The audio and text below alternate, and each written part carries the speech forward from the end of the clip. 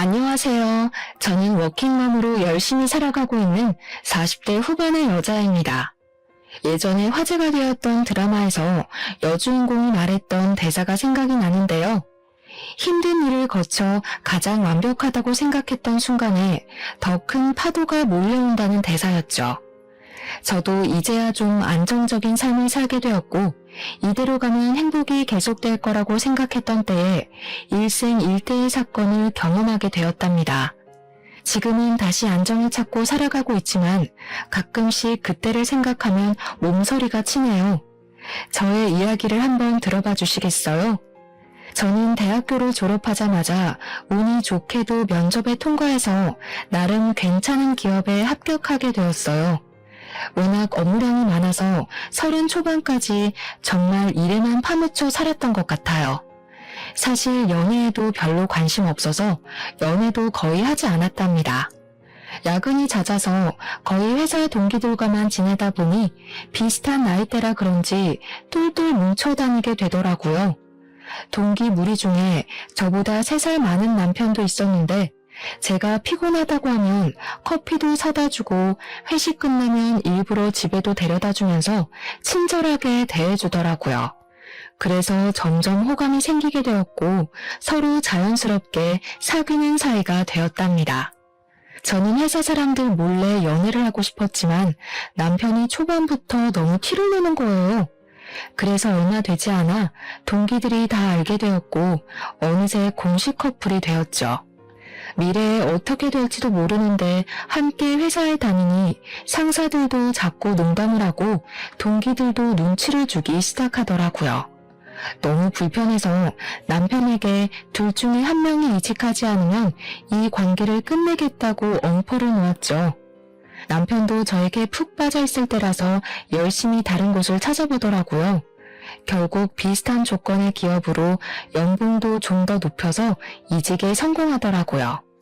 저는 남편의 추진력 있는 모습에 더욱 신뢰가 생겼던 것 같아요. 그렇게 3년의 연애 끝에 결혼까지 하게 되었죠. 친정과 시댁의 수준이 거의 비슷해서 딱히 반대는 없었답니다. 어느덧 15년의 세월이 흘렀고 남편과 저는 열심히 저축해서 수도권에 있는 아파트도 마련했고 둘이 합쳐 연봉도 넉넉해졌어요. 중학생이 된 딸과 함께 별 문제 없이 똑같은 일상을 살아나갔답니다. 저는 계속 같은 회사에 다니고 있고 어느새 과장 직급이 되었는데요.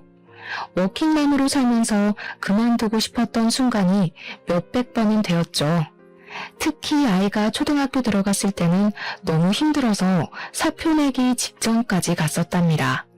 딸이 아직 어린데 옆에 있어주지 못할 때나 주변 전업주부 엄마들이 저를 따돌릴 때 얼마나 서러웠는지 몰라요. 평생 전업주부로 살아오신 시어머니도 제가 일하는 걸 항상 못마땅해 하셨어요. 처음에 결혼한다고 인사드리러 갔던 날부터 제 인상이 너무 세서 남편 길을 죽일 것 같다느니 여자가 뭔 일을 그렇게 남자처럼 많이 하느냐느니 하면서 탐탁지 않아 하셨죠. 제가 너무 바빠서 발을 동동거릴 때 항상 저를 도와주신 건 친정 어머니였답니다. 힘들 때마다 울면서 일을 관둬야겠다고 말하면 자기가 최대한 도와주겠다면서 절대로 그만두지 말라고 여자도 자기 일을 갖고 있어야 한다고 용기를 주셨죠. 시댁은 우리 아파트와 가까운 거리에 있는 빌라에 살고 계셔서 정말 급할 때 아이를 부탁드렸던 적도 있었는데 항상 매몰차게 거절하셨답니다. 제가 전화를 할 때마다 멀리 나와 있다면서 단 한 번도 아이를 봐주시지 않았죠. 그래서 항상 시모에게 서운한 마음을 갖고 있었지만 겉으로 내색은 잘하지 않았어요. 왜냐하면 명절이나 제사 때에도 늦게 가는 날이 많고 시댁에도 자주 찾아가진 못해서 죄송한 마음이 있었거든요. 시모는 제가 늦게 가면 눈을 흘기시며 일가는 티 좀 내지 말라고 이 동네에서 네가 제일 바쁜 여편네 같다고 항상 핀잔을 주셨어요. 남편에게는 2살 위인 형이 있는데요. 제 손이 동서인 형님은 남편과 동갑이고 우리 딸과 같은 나이의 아들이 한 명 있답니다. 형님도 항상 전업주부로 살아왔는데 굉장히 여성스러운 스타일이에요. 머리도 아가씨처럼 긴 웨이브를 하고 옷도 꽃무늬 원피스 같은 걸 좋아하는지 그런 것만 입고 있는 것 같더라고요. 사실 아주버님이 중소기업에 다니시는데 세 식구 살기에는 연봉이 좀 부족할 것 같은데요. 형님은 저만 보면 생활비가 모자란다고 아들이 학원비가 없어서 다니질 못한다고 그런 소리를 항상 하시더라고요. 솔직히 저 같으면 아르바이트라도 할 것 같은데 자기는 현모양처라서 집에서 살림하는 게 제일 좋다면서 일은 못할 것 같다고 하는 게 아니겠어요. 그럼 돈이 부족하단 말은 안 해야 되는데 항상 앓는 소리를 하니까 듣기가 좀 거북하더라고요. 저는 성격이 좀 사무적이라 그럴까요? 딱딱한 편이라 시모에게 살갑게 구는 걸 잘 못하는데 형님은 시모에게 아주 애교 있게 대하고 부를 때도 엄마라고 불렀답니다. 둘 사이가 어찌나 좋은지 모르는 사람들이 보면 모녀 사이로 알 정도였죠. 둘 다 전업주부로만 살아서 그런지 통하는 게 많아서 저는 대화할 껴도 없는 사람 취급 당할 때가 많았죠. 형님은 요리에 대한 자부심도 엄청나서 명절에도 시모와 장 다 봐서 음식도 거의 다 하곤 했어요. 항상 미안한 마음이 있어서 제가 장 보는 비용을 다 대고 따로 돈봉투도 챙겨드리기도 했죠. 형님은 저보다 자주 시댁에 찾아가는 것 같았는데 장아찌며 밑반찬을 다 해다 주는 것 같더라고요. 예전에 주말에 갑자기 전화가 와서는 우리 아파트 근처라면서 밑반찬 주러 왔다고 한 적이 있어서 좀 놀란 적이 있어요. 그때 형님이 집에 한번 와보고 아파트 평수가 넓어서 충격을 좀 받았던 모양이더라고요. 형님은 신혼 때부터 오래된 빌라에 살고 있어서 새로 분양받은 아파트를 보여주기가 좀 불편했거든요. 그 후로도 몇 번을 반찬했다면서 집에 가도 되겠냐고 하길래 사실 반찬을 잘 먹지 않아서 버리게 된다고 앞으로는 갖다 주지 않아도 된다니까 한동안 엄청 차갑게 대하더라고요. 어김없이 추석 명절이 돌아왔고 남편과 딸은 먼저 시댁에 가 있었지만 저는 회사에 갑자기 일이 터져서 해결하고 가느라 저녁에야 갈 수 있었답니다. 문을 빼꼼히 열고 들어가니 형님이 꽃무늬 앞치마를 곱게 하고 저녁 식사를 차리고 계시더라고요. 시모는 저를 보고는 혀를 끌끌 차더라고요. 저는 민망해서 얼른 외투를 벗고 주방으로 들어갔죠. 이번 명절에도 어김없이 회사에 급한 일이 생겼니? 너네 회사는 명절 때만 되면 일부러 그러냐 아니면 네가 일부러 그러는 거냐? 죄송해요.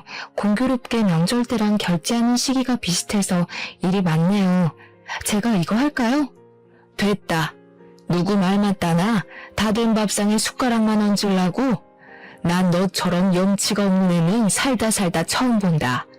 너는 이런 형님이 있는 걸 하늘이 도왔다고 생각해야 돼. 어느 누가 아무 소리 안 하고 네 몫까지 다 해주냐? 엄마, 그만하세요. 동서도 힘들게 일하고 왔는데요. 명절에 큰 소리 내면 안 좋잖아요. 제가 밥 풀 테니까 거실에 가 계셔요. 다들 둘러앉아 저녁을 먹는데 시부모를 비롯해서 남편까지 음식이 맛있다면서 형님 칭찬하느라 바쁘더라고요. 저는 꽂아놓은 보리자루처럼 앉아서 밥을 먹었죠. 갈비죽 먹으려고 하면 시모가 어찌나 째려보는지 저는 눈치가 보여서 앞에 놓인 밑반찬만 집어 먹었어요. 그랬더니 형님이 제 밥그릇에 갈비를 놔주면서 사람 좋게 웃는데 뭐라고 할 말이 없더라고요. 밥을 다 먹고 제가 설거지를 시작했죠. 시모는 식탁에 앉아 저를 째려보며 과일을 먹고 있었고 형님이 그릇들을 정리했어요. 설거지할 거 많은데 내가 할게. 동서는 일하고 와서 힘들 텐데 좀 앉아있어. 무슨 소리를 하니? 당연히 설거지라도 해야지 뭘 한 게 있다고.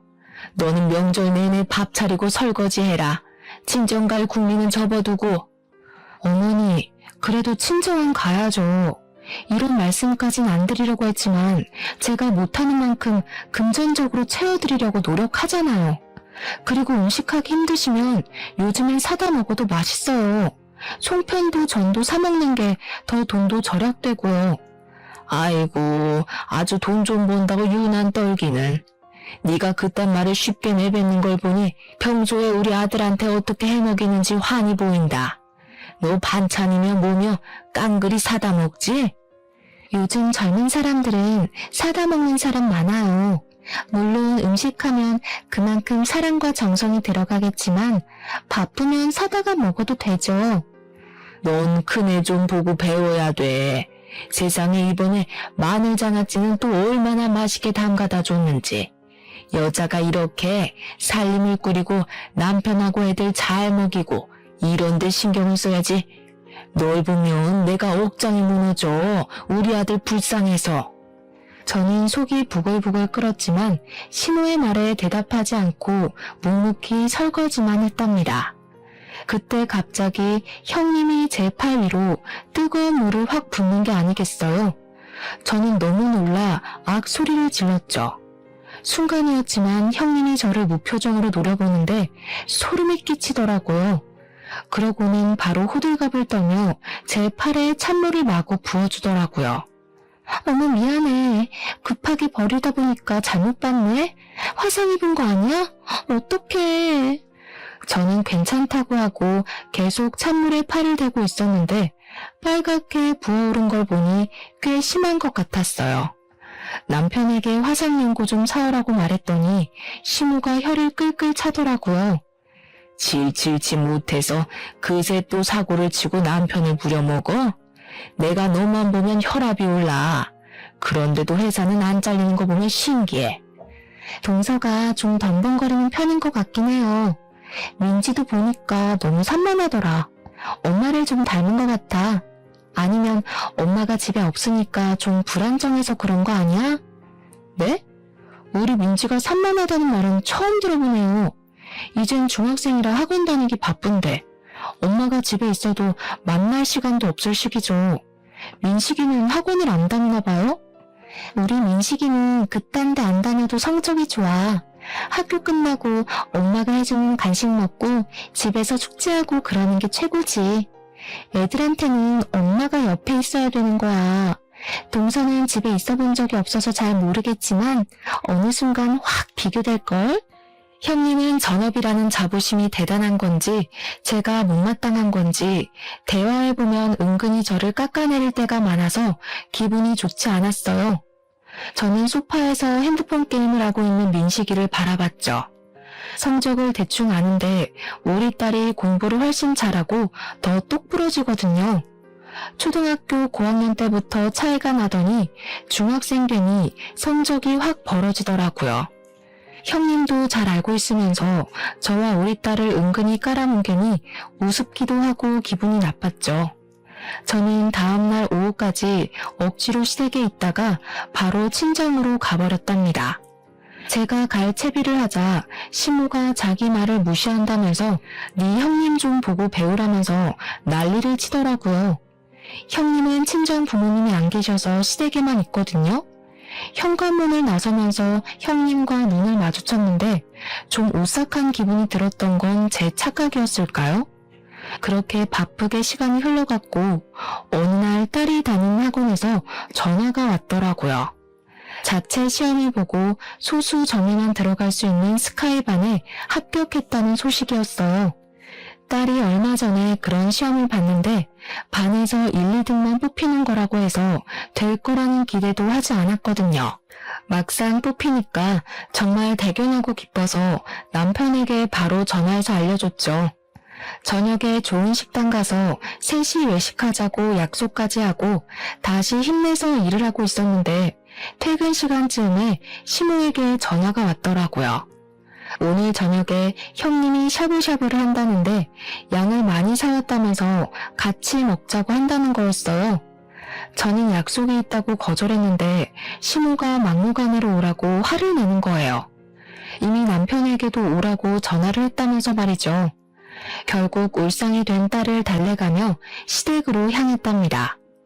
막상 가보니 양이 많기는커녕 어른 4명이 먹기에도 부족한 양이었어요. 제가 좀 모자랄 것 같다고 하자 형님이 자기 기준으로 많은 양이라면서 더 먹고 싶으면 저에게 소고기를 더 사오라고 하더라고요. 혼자 동네 정육점으로 터덜터덜 걸어가면서 왠지 또 당했다는 기분이 들었죠. 결제를 하고 보니 우리끼리 비싼 스테이크를 먹으면 나올 돈과 거의 비슷하더라고요. 저는 허탈한 마음으로 시댁에 돌아왔어요.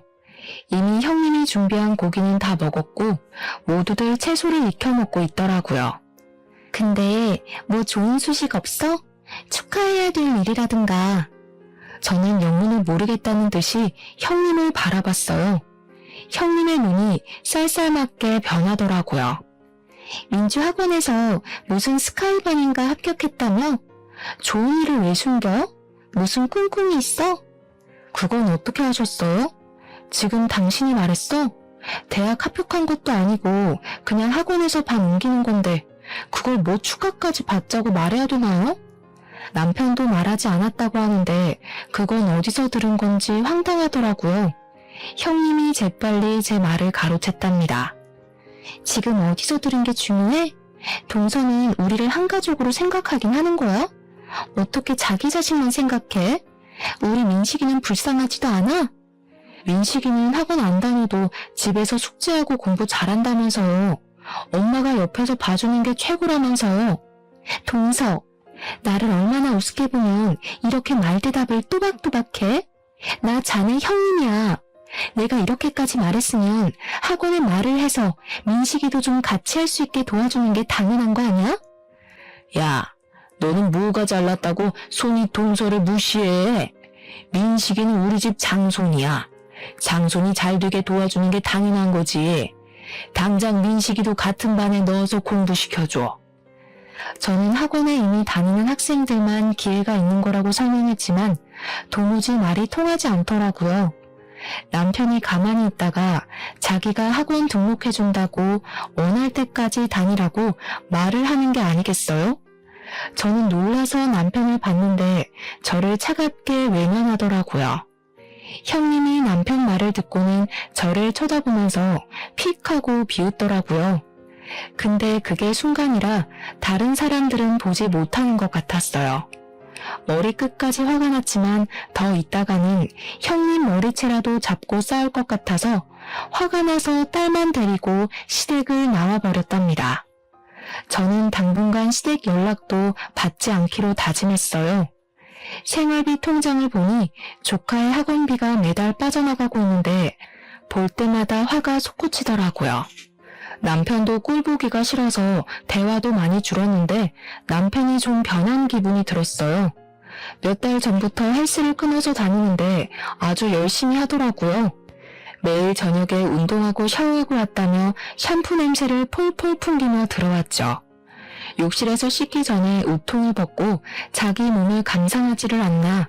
출근 전에 셔츠 입다가도 가슴 근육을 눌러보지를 않나. 안 하던 일을 하는 게 아니겠어요. 운동을 하다 보니 몸 만들기에 관심이 생겼나 싶었죠. 더 나이 들기 전에 활기차게 살아야 한다면서 무슨 동호회도 가입했다고 하더라고요. 주말에 동호회 모임 있다고 나갈 때는 멋을 엄청 부리고 나가더라고요. 사춘기 남자애처럼 머리 스타일도 엄청 신경 쓰고요. 저는 점점 의심이 가기 시작해서 동호회 모임하고 있을 때 사진을 찍어 보내라고 하기도 했답니다. 그럼 남녀가 여러 명이 식당에서 찍은 사진을 바로바로 보내주더라고요. 동호회를 나가는 건 맞는 것 같고 의심은 계속 가는 애매한 상황이 이어졌죠. 하루는 남편의 반응을 보기 위해서 남편 퇴근 시간에 맞춰 본관 정문과 주차장 입구 사이에서 기다리고 있었어요. 퇴근 시간 30분이 지났는데도 나오질 않아서 전화를 해볼까 하는 찰나에 그 앞에서 형님을 마주쳤답니다. 제가 형님을 부르자 소스라치게 놀라더라고요. 어두워서 잘 보이진 않았는데 형님의 화장이 좀 진해서 다른 사람처럼 보이더라고요. 여긴 무슨 일이냐고 묻자 근처에서 친구를 만나기로 했다는 거예요. 제가 이 건물이 남편 회사라고 하자 자기는 몰랐다면서 급해서 먼저 간다고 빠른 걸음으로 가버렸답니다. 저는 고개를 갸우뚱하면서 남편에게 전화하자 근처에서 고객을 좀 만나고 있었다면서 형님이 간 길 쪽에서 황급히 달려오더라고요. 갑자기 회사에 왜 찾아와? 너 만났냐? 별일 다 보니 진짜. 왜 이렇게 놀라? 예전에도 시간 맞으면 내가 여기 와서 기다렸다 같이 가고 그랬잖아. 그나저나 형님 못 봤어? 아까 그쪽으로 갔는데. 형수는 무슨? 이 시간에 집에 있겠지 여기 왜 있냐? 너처럼 맨날 밖으로 나가도는 애랑 같아? 완전히 1등 현모양처인데 우리 형은 무슨 복인지 몰라. 말 다 했어? 요즘 들어 이상하게 형님이랑 나를 비교한다.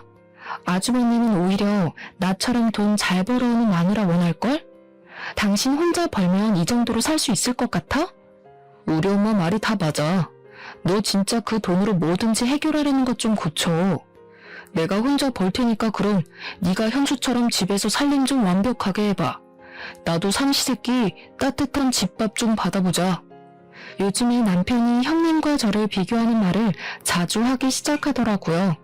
시댁에 찾아간 지도 꽤 돼서 형님을 만난 적도 없을 텐데 왜 자꾸 말을 꺼내는지 수상한 기분이 들었죠. 남편이 잘 때 핸드폰을 뒤져보기도 했지만 다른 여자의 흔적은 전혀 발견할 수가 없었답니다. 남편은 가지도 않던 출장도 한 달에 한 번씩은 꼭 가기 시작했는데요. 저는 남편이 출장을 가면 서재를 한 번씩 싹 뒤져보려고 벼르고 있었어요. 그렇게 2일 동안 출장을 간다고 나가기가 무섭게 서재를 살펴봤는데 서랍장 구석에서 종이로 둘둘 싼 뭔가를 발견했답니다. 풀어보니 핸드폰이더라고요. 핸드폰을 켜보니 비밀번호가 걸려있어서 볼 수가 없더라고요. 저는 바로 포렌식을 많은 업체를 검색해서 핸드폰을 가지고 갔어요. 비밀번호를 잃어버려서 도저히 열 수 없다고 했고 몇 분 지나지 않아 많은 양의 사진과 메시지를 받아볼 수 있었어요. 역시나 남편은 외도를 하고 있는 듯 보였어요. 20대가 풋풋한 연애를 하듯이 한 여자와 무수히 많은 사진을 찍어놓았더군요. 회사 동료로 만나 20년이 안 되는 세월을 함께 겪으며 인생의 한 팀이 되어간다고 생각했었는데 그건 저만의 착각이었던 거죠. 남편에 대한 믿음이 산산조각이 난 순간이었답니다. 저는 딸이 들을까봐 몰래 가슴을 치며 소리 죽여 울었어요.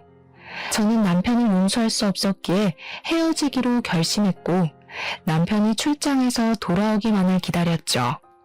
남편이 아주 신나는 얼굴로 집에 들어오더라고요. 저는 소파 테이블 위에 남편의 핸드폰을 올려놓고 남편을 가만히 쳐다봤어요. 핸드폰을 발견하고 순식간에 얼굴이 굳어지더라고요. 그러더니 얼른 핸드폰을 휙 채가버리더군요. 그렇게 가져가봐야 이미 안에 있는 거 다 봤어. 너 바람 피우니? 너 나 없을 때 책상 다 뒤졌냐? 기어이 핸드폰까지 다 뒤지고? 너 이거 범죄야. 사생활 침해라고. 사생활 좋아하네. 다시 한번 물을게. 너 사진 속 그년이랑 바람 피우냐? 천박하게 바람이 뭐야? 남자가 잠깐 흔들릴 수도 있는 거지. 어떻게 평생을 한 여자만 보냐? 생각하는 거 하고는 이거 완전히 쓰레기였네? 너는 분리수거도 안 되고 그냥 쓰레기 봉투에 묶어버려야겠다. 당장 앞장서 너네 집으로 가. 저는 형님 부부에게도 시댁으로 오라고 전화를 해놓고 남편을 끌고 시댁으로 갔어요. 들어가자마자 남편이 바람 피운다고 나는 용서할 수 없으니 이혼할 거라고 말했죠. 남편이 이혼까지는 생각을 안 했는지 놀란 눈으로 저를 바라보더라고요. 이 야밤에 시댁에 쳐들어와서 경박하게 이혼 얘기나 해대고 남자가 한번 실수할 수도 있지. 보니까 남편 말도 제대로 안 들어본 모양인데 어른들 앞에서 뭐하는 짓이야? 역시 어머니가 그렇게 나오실 줄 알았어요. 아들이 잘못을 했으면 혼을 낼 줄 알아야지. 이 와중에도 아들 편을 드세요? 저는 다른 여자랑 그런 사진 찍어대는 남자랑은 더는 못 사니까 그렇게 아세요. 어머, 이게 무슨 일이야? 사진은 무슨 얘기야? 하긴 바람 피우는 상대랑 더는 못 살지. 어떡해. 무슨 이혼이 애들 장난이야? 난 너 처음 봤을 때부터 마음에 안 들었어. 맨날 회사 그러면서 시댁을 우습게 보고 말이야. 네가 한 번이라도 시분 밥을 차려준 적이 있어? 며느리 노릇도 한 번도 안 해본 게? 지금까지 매달 용돈 빠짐없이 드렸어요. 어머니는 맨날 돈으로 퉁친다고 하는데요. 육아휴직하고 돈 없을 때도, 아파트 이자 내느라 빠듯할 때도 꼭 어머님 용돈은 챙겨드리려고 제가 얼마나 노력했는지 아세요? 친정에는 용돈 드리지도 않는 거 어머니도 아시잖아요. 또 그놈의 돈으로 유세 떠네. 니까짓 게 얼마나 본다고. 야, 됐어. 우리 아들하고 당장 이혼해. 어디서 천박한 게 들어와서 이런 분란을 만들고 난리야? 보고 있던 남편이 머리를 마구 쥐어뜯으며 소리를 지르기 시작하더라고요. 아주버님이 형님을 말리고 형님은 저를 또 무표정으로 쳐다보고 있더라고요. 저는 무시하고 시댁을 나와버렸죠. 딸이 한창 민감한 나이라 어렵게 말을 꺼냈는데 다행히 저를 따라오겠다고 하더라고요. 어차피 이혼하려면 시간이 걸리기에 모든 게 끝날 때까진 흔들리지 말고 일상을 살아나가기로 결심했죠. 남편과 계속 얼굴을 보며 사는 건 정말 힘들더라고요. 남편은 매일 저에게 이혼은 안 된다고 했지만 저의 마음은 변하지 않았죠. 회사에는 아무런 내색도 안 하고 다녔지만 저에게도 참 힘든 시간인 건 마찬가지였답니다. 하루는 평일에 쉬게 되어 동네 카페에서 오랜만에 친구를 만나기로 했어요. 커피 한 잔 시켜두고 친구를 기다리고 있는데 멀찍이 떨어진 자리에 형님이 앉아있더라고요. 그런데 형님답지 않게 또 진한 화장을 하고 있더라고요. 옷을 보니 미니스커트를 입고 있어서 놀랐죠. 어찌나 친구와 깔깔대며 크게 웃는지 카페 안의 사람들이 다 쳐다볼 정도였답니다. 저는 누구와 저렇게 얘기하나 싶어 형님 맞은편에 벽에 가려진 자리로 옮겨 앉아 보았어요. 알턴이가 빠지니까 얼마나 속이 시원한지 몰라. 그동안 그 쌍판분이라 얼마나 재수가 없었는지 다 네 덕이다 얘. 서로 돕고 사는 거지. 나도 네 덕에 수입이 쏠쏠했어. 아주 사달라는 대로 다 사준다니까. 이혼은 안 한다고 해놓고 너를 계속 만나는 거 보면 그 인간도 보통은 아니라니까. 내가 그만큼 잘해주니까 그런 거지. 아직 빼먹으려면 한참 남았어. 네 이거는 언제 도착한대? 저는 새끼손가락을 올리며 천박하게 웃고 있는 형님의 친구를 슬쩍 바라봤어요. 그 순간 누가 뒤통수를 때린 듯이 번쩍하더라고요. 바로 남편이 상간녀였던 거죠. 저는 어지러워진 머릿속을 정리해 보려고 했죠. 물론 제 육감은 모든 상황을 한 번에 꿰뚫고 있었고 저는 빨간 립스틱을 흉하게 바르고 낄낄대는 형님을 노려보았어요. 저는 얼른 둘이 같이 있는 사진을 찍어두었죠. 그때였어요. 한 젊은 남자가 껄렁하게 걸으며 형님 옆으로 다가오더라고요. 형님이 남자를 발견하고는 활짝 웃으며 팔짱을 끼고 바로 나가더라고요. 저는 바로 형님 뒤를 쫓았답니다. 저는 친구와 약속을 취소하고 어디론가 걸어가는 두 사람의 모습을 계속 카메라에 담았어요. 형님은 남자의 허리에 팔을 척 두르고 아주 신나서 걸어가더라고요. 두 사람이 들어간 곳은 카페에서 얼마 떨어지지 않은 거리에 있는 숙박업소였답니다. 저는 들어가는 모습을 동영상으로 찍어놓고 형님이 나올 때까지 기다렸어요. 역시나 몇 시간 후에 남자와 나오더니 그 앞에서 남자와 헤어지고 어디론가 바쁘게 걸어가더라고요. 저는 집으로 돌아와 형님에게 남자와 찍은 사진 한 장을 보내고 저녁 7시까지 우리 집으로 오라고 메시지를 보냈어요. 형님은 아무런 대답이 없었지만 7시가 살짝 넘은 시간에 초인종이 울리더라고요. 현관문에 들어서서 나를 째려보는 형님은 눈빛부터 달라 보였어요. 여태껏 봤던 살림 잘하고 여성스러운 며느리와는 딴판이더라고요. 형님은 소파에 앉아 다리를 착고고 어쩔 거냐는 눈빛으로 저를 보더라고요. 지금 집에 저밖에 없고 전 더 이상 그 집안 며느리도 아니니까 그렇게 바라보실 거 없어요. 아주버님 저녁 챙겨주고 오신 거예요? 몰라. 오늘 늦게 온대. 이제 우리 집안 사람도 아니면서 그딴 사진은 왜 보내? 뭐 협박이라도 하게? 내 뒤라도 밟았어? 오늘 쉬는 날이어서 나갔다가 우연히 봤어요. 너무 놀라서 여쭤보려고 사진 좀 찍은 거고요. 놀랐는데 사진 찍을 여유까지 있고 역시 똑똑한가 봐. 그래서 나 바람 피운다고 우리 남편한테 말이라도 하게? 그 인간은 내가 둘러대면 깜빡 속아 넘어가. 네 말을 믿을 것 같아? 그럼 이건요? 이건 어떻게 설명할 건데요? 저는 형님과 상간녀와 함께 있는 사진을 보여주었죠. 형님의 얼굴이 파르르 떨리더니 곧 픽하고 비웃더라고요. 아, 이것도 봤어? 그래서 뭐 어쩔 건데. 이미 이혼 도장 다 찍은 마당에. 그래, 다 내가 꾸민 짓이다. 네가 돈 번다고 하도 꼴값 떨어서 너 좀 엿 좀 먹어보라고. 이혼까지 갈 줄은 몰랐는데 암튼 더 잘 됐지.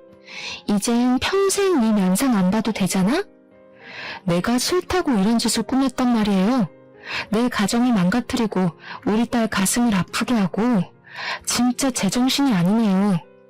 나보다 나이도 어린 게 돈 좀 번다고 무시하고 네 딸 공부 잘한다고 무시하고 우리는 구질구질하게 사는데 너흰 해외여행이나 다니고. 그러게 사람이 겸손해야지. 자랑질 좀 그만하고. 내가 언제 자랑을 했어요? 지금 보니까 민지 스카이방 간 것도 그 상간녀가 알려준 거네? 그렇죠. 남편 동우에 소개해준 게 형님이에요, 그럼? 그래, 불륜 모임인데 내가 40대 모임이라고 소개해줬어. 알려줘도 가는 남자가 있고 안 가는 남자가 있어. 네 남편도 그런 놈이니까 바람을 피운 거지.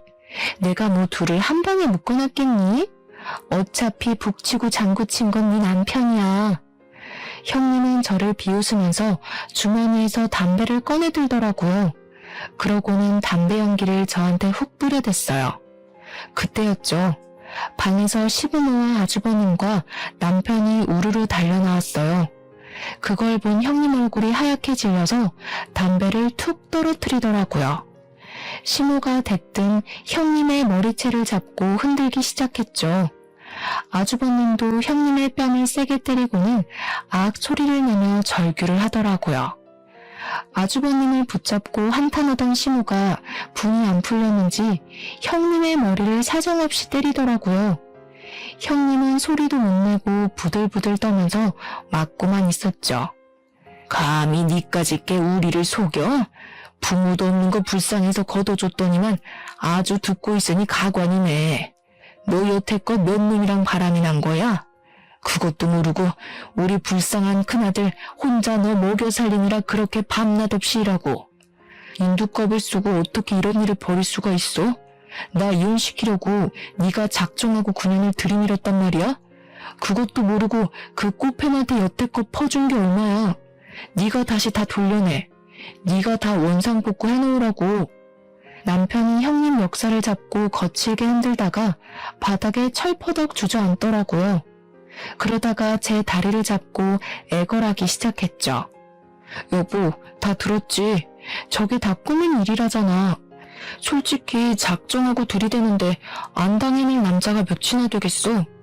내가 앞으로 죽은 듯이 당신 말만 들으면서 살 테니까 제발 이혼만은 하지 말자. 저 여자가 한 말 못 들었어? 그런 놈이니까 걸려들은 거라잖아. 틀린 말 없네. 내가 제대로 된 남자를 못 골라서 이런 사달이 났다는데 어쩌겠어. 내 결심은 변함없으니까 그렇게 알아. 저는 이미 저의 짐은 다 빼놓은 상태였기에 미련 없이 그 집을 나왔죠. 남편이 이혼에 동의하지 않아서 저는 소송 이혼으로 진행할 수밖에 없었답니다. 그리고 상간녀에게도 바로 상간녀 소송을 걸었고요. 변호사가 상간녀에 대해 알려주었는데요. 형님과 상간녀는 중학교 때부터 친했던 친구 사이라네요. 소위 말하는 문제아 시절을 함께 보냈고 동네에서도 사고를 많이 쳐서 아주 유명했다고 하더라고요. 우연치 않게 아주버님도 이혼 상담을 한다고 같은 변호사 사무실에 왔더라고요. 한 번 마주쳤는데 잠깐 이야기를 나눴죠. 따지고 보면 아주버님은 저보다 더 마음의 상처를 입은 피해자니까요. 형님은 현모양처가 꿈이었던 건지 과거를 숨기려고 그렇게 연기를 한 건지는 모르겠지만 아주버님이 일하는 동안 거의 매일 밖으로 나다녔고 바람도 숱하게 피웠다고 하더라고요. 형님이 우리 집과 비교하면서 돈 좀 많이 벌어오라고 그렇게 아주버님을 구박해서 밤에는 대리운전까지 다녀야 했었다네요. 너무 바쁘고 형님을 믿었기에 신경 쓰지도 않았었는데 이번 일로 시조카가 오면서 자기가 아는 건 다 이야기해 준 거라고 해요. 가만히 아주버님의 이야기를 듣고 있다가 전 남편 얘기를 꺼내려고 하기에 바쁜 일이 있다며 얼른 자리를 피해버렸답니다. 워낙 남편의 증거가 확실했고 남편도 반성을 해서 소송은 비교적 짧은 시간 안에 끝날 수가 있었네요. 아파트의 절반 가격을 받고 위자료도 받을 수 있었죠. 딸의 양육비도 매달 받는 것으로 판결이 났답니다.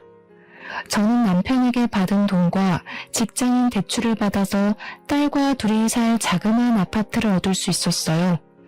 사실 이런 일에 휘말리고 이혼까지 하게 되면서 딸이 상처를 받을까봐 가장 걱정이 컸죠. 이제 자기도 컸다면서 엄마의 마음을 이해한다면서 오히려 저를 위로해주는 딸이 있어 좀 더 빨리 일상으로 돌아올 수 있었던 것 같아요. 그렇게 이혼한 지 반년의 시간이 지났고 저는 딸과 둘이 살아가는 삶에 익숙해지고 있었죠. 어느 날 퇴근하고 집에 돌아오니 낯익은 신발이 현관 앞에 있는 게 아니겠어요.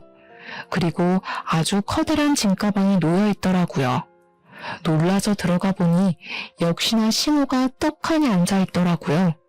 그 옆에선 딸이 저의 반응을 보고 안절부절 못하고 있더라고요. 딸에겐 할머니니까 어쩔 수 없이 문을 열어주었겠죠. 저는 딸에게 괜찮다고 눈짓을 보내고 방에 들어가라고 했어요. 여긴 어떻게 알고 온 거예요? 아니, 어떻게 여기로 올 생각을 하세요? 어미야, 내가 다 잘못했다. 내가 그 불려우한테 홀려서 진짜 나를 생각하는 내 며느리를 잃은 게 너무 한이 된다. 내가 이렇게 사죄하마. 시모는 제 앞에서 무릎을 꿇더니 양손을 빌기 시작하더라고요. 저는 시모를 억지로 끌어서 일으켰죠. 왜 이래요 이제 와서. 얼른 나가요. 경찰 부르기 전에. 또 찾아오면 진짜 가만히 안 있을 거예요? 애미야, 제발 나 좀 용서해 주렴. 내가 갈 데가 없어. 늙은 시어미가 길거리에서 자다가 죽었으면 좋겠니?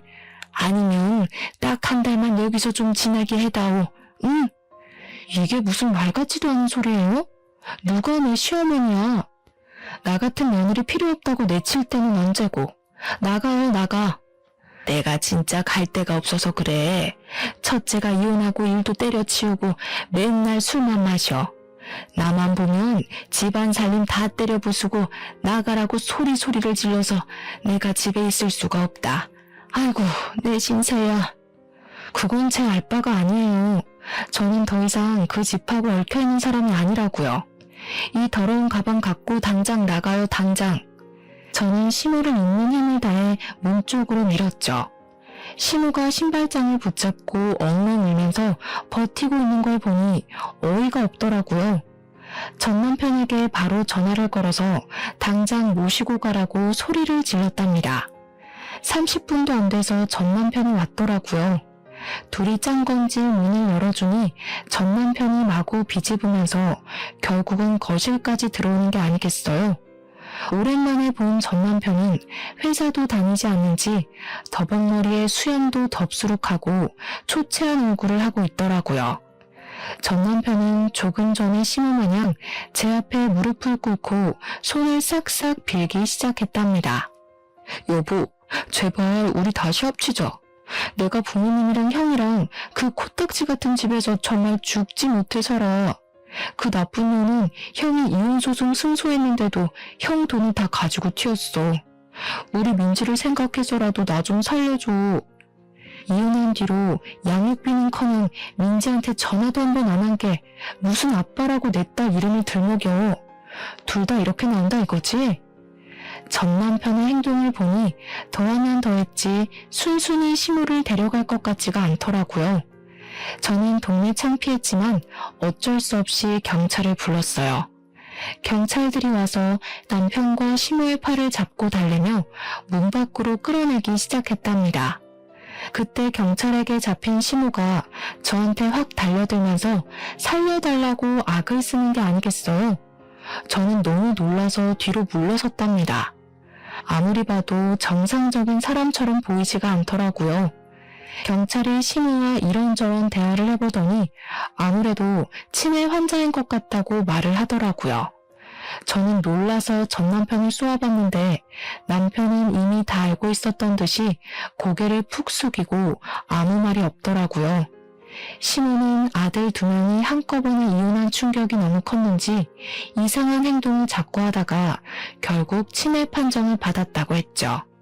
전 남편이 갑자기 눈물을 절절 흘리면서 제 앞에 털썩 주저앉았답니다. 엄마가 당신한테 얼마나 미안하셨으면 치매 걸린 뒤로 당신밖에 기억을 못해. 맨날 당신 얘기하고 찾으러 가야 한다고 그러고 당신이 우리 엄마 좀 용서해줘. 당신 없으면 나 죽어. 그니까 지금 내가 치매 걸린 너네 엄마랑 술만 먹어대는 아주버님이랑 엄마가 도망간 조카 데리고 너 보듬으면서 같이 살아달란 말이네? 돈도 내가 다 벌어오고. 너는 진짜 끝까지 쓰레기 짓을 하는구나. 이 양심도 없는 놈아. 당신이랑 우리 민지만 있으면 나 다시 예전으로 돌아갈 수 있어. 제발 나 좀 살려줘. 민지야, 민지야 아빠 왔어. 전 남편이 딸의 이름을 계속 부르자 어느새 딸이 문을 빼꼼히 열고 보고 있더라고요. 저는 얼른 방으로 들어가라고 소리치고 현관문을 닫아버렸어요. 네가 뭘 잘했다고 민지 이름을 입에 올려. 얼마나 더 애한테 상처 주려고 그래. 다시는 너랑 길에서라도 마주치는 일 없을 거야. 또 찾아오기만 해봐. 가만 안 있을 거니까. 저는 경찰에게 2사람을 주거 침입죄로 신고하고 싶다고 당장 상황 좀 마무리해달라고 했어요. 경찰이 침입죄에 해당될 수 있다고 경고하자 전 남편은 무서웠는지 입을 꾹 다물더라고요. 그렇게 2사람이 경찰차를 타고 가는 걸 끝으로 다시는 전 남편을 만나지 않았답니다. 저는 양육비 문제 때문에 전 남편에게 집 주소를 알려준 게 잘못이었다는 걸 깨달았죠. 전 남편 행색을 보니 지금까지 받지 못했던 양육비를 기대하지도 말고 그저 딸과 함께 둘이 살아가는 게 나을 것 같더라고요. 정말 감사하게도 소란스러운 환경에서도 딸은 공부를 열심히 해줘서 중학교 3학년 때는 전교에서도 높은 등수를 차지했답니다.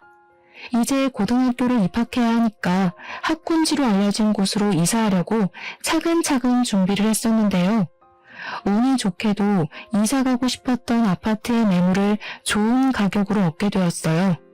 더 작은 아파트로 오게 되었지만 남편이 주소를 알 수 없도록 행정 처리를 해놔서 시모도 더 이상 찾아오지 못할 테니 딸과 평화롭게 지낼 수 있는 지금 이 순간이 참 소중하게 느껴지네요. 가족이라고 생각했던 사람들에게 배신을 당하니 상처와 충격이 몇 배로 크게 다가오더라고요. 그동안 제가 헌신하고 배려했던 모든 것들이 무너져버리는 경험을 하니 좀 더 나를 소중하게 생각하고 나 자신을 위해 사는 시간을 많이 가져야겠다는 생각이 들었어요. 많은 역경이 있었지만 제 직장과 커리어를 계속 지켜낸 덕분에 딸과 제 자신의 더 나은 삶을 위해 빠른 선택을 할 수 있었던 것 같아요. 만약 금전적인 문제가 있었다면 헤어나오기가 더욱 힘들었을 거라는 생각이 든답니다. 딸이 대학을 갈 때까지는 긴장을 늦출 수 없겠지만 딸도 성인이 되고 더욱 여유가 생기면 지금 순간을 추억하며 웃을 수 있는 날이 올 거라 믿고 있죠. 저의 사연이 어려운 상황에서 선택을 해야 하는 다른 분들에게 힘이 될 수 있다면 정말 기쁠 것 같네요. 들어주셔서 감사합니다.